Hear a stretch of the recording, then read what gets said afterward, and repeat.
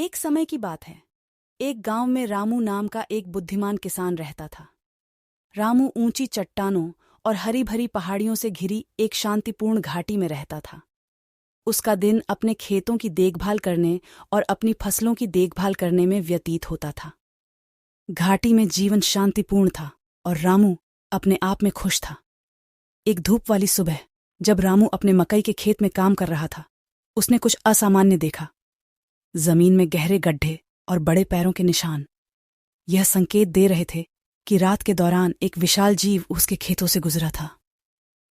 मकई के पत्तों को कुचल दिया जाता है। रामू ने एक प्राणी की कहानियां सुनी थीं, एक राक्षसी डायनासोर जो दूर पहाड़ों में घूमता था।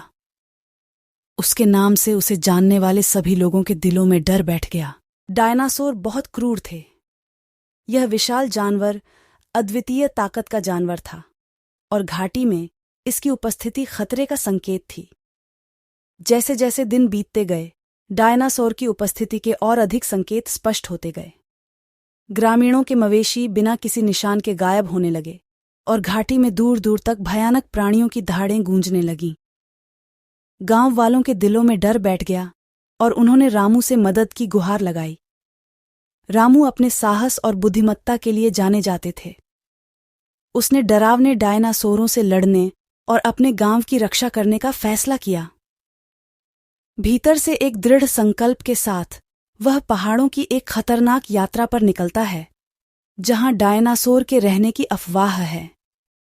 घने जंगलों, ऊंची चट्टानों और अप्रत्याशित मौसम से भरी यात्रा बहुत खतरनाक थी। गांव के प्रति उसकी जिम्मेदारी की भावना और इस आशा से कि वह जानवरों को और अधिक नुकसान पहुंचाने से रोकने का कोई रास्ता खोज सकता है। कई दिनों की यात्रा के बाद रामू ऊंचे पहाड़ों की तलहटी में पहुंच गया। वहां उसकी मुलाकात एक बुद्धिमान बूढ़े व्यक्ति से हुई, जिसने पहाड़ों को अपना घर बना लिया था। बूढ़ा व्यक्ति पृथ्वी के प्राचीन तौर तरीकों और उसमें रहने वाले प्राणियों के बारे में जानता था। रामू अपने मिशन की शुरुआत बूढ़े आदमी से करता है, जो उसे इस खतरे के बारे में बताता है कि डायनासोरों ने उसके गांव को बहुत नुकसान पहुंचाया है। बूढ़े व्यक्ति ने ध्यान से सुना और फिर कहा, डायनासोर से लड़ने के लिए तुम्हें उसे समझना होगा। यह शुद्ध द्वेष का प्राणी नहीं है, बल्कि बीते युग का अस्तित्व है, जो इस बदली हुई दुनिया में अपनी जगह पाने के लिए संघर्ष कर रहा है। सावधानी और समझदारी से रामू को डायनासोर की आदतों और घाटी में उसकी उपस्थिति के कारणों के बारे में पता चला। यह जीव भोजन की तलाश में था और अपने भोजन की तलाश में घाटी में भटक गया। रामू जानवरों या अपने साथी ग्रामीणों को नुकसान पहुंचाए बिना डायनासोर को गांव से दूर ले जाने की योजना बनाता है। दृढ़ संकल्प और आशा के साथ वह पहाड़ों पर चढ़ने के लिए निकल पड़ा, जहां उसे विश्वास था कि उसे डायनासोर मिलेगा। जैसे ही रामू पहाड़ों के बीहड़ इलाके में गहराई तक चला गया, दिन हफ्तों में बदल गए। उन्हें ऊंची चट्टानों से लेकर जंगली जानवरों तक कई चुनौतियों का सामना करना पड़ा, लेकिन वह अपने दृढ़ संकल्प से कभी नहीं डिगे। आखिरकार एक लंबी और कठिन यात्रा के बाद वह डायनासोर तक पहुंच जाता है। यह डायनासोर वास्तव में बहुत बड़ा था। इसके दांत तेज थे और शरीर शक्तिशाली था। डायनासोर ने रामू को जिज्ञासा और सावधानी से देखा। उस क्षण रामू को बूढ़े व्यक्ति की सावधानी और समझदारी से आने की बात याद आई।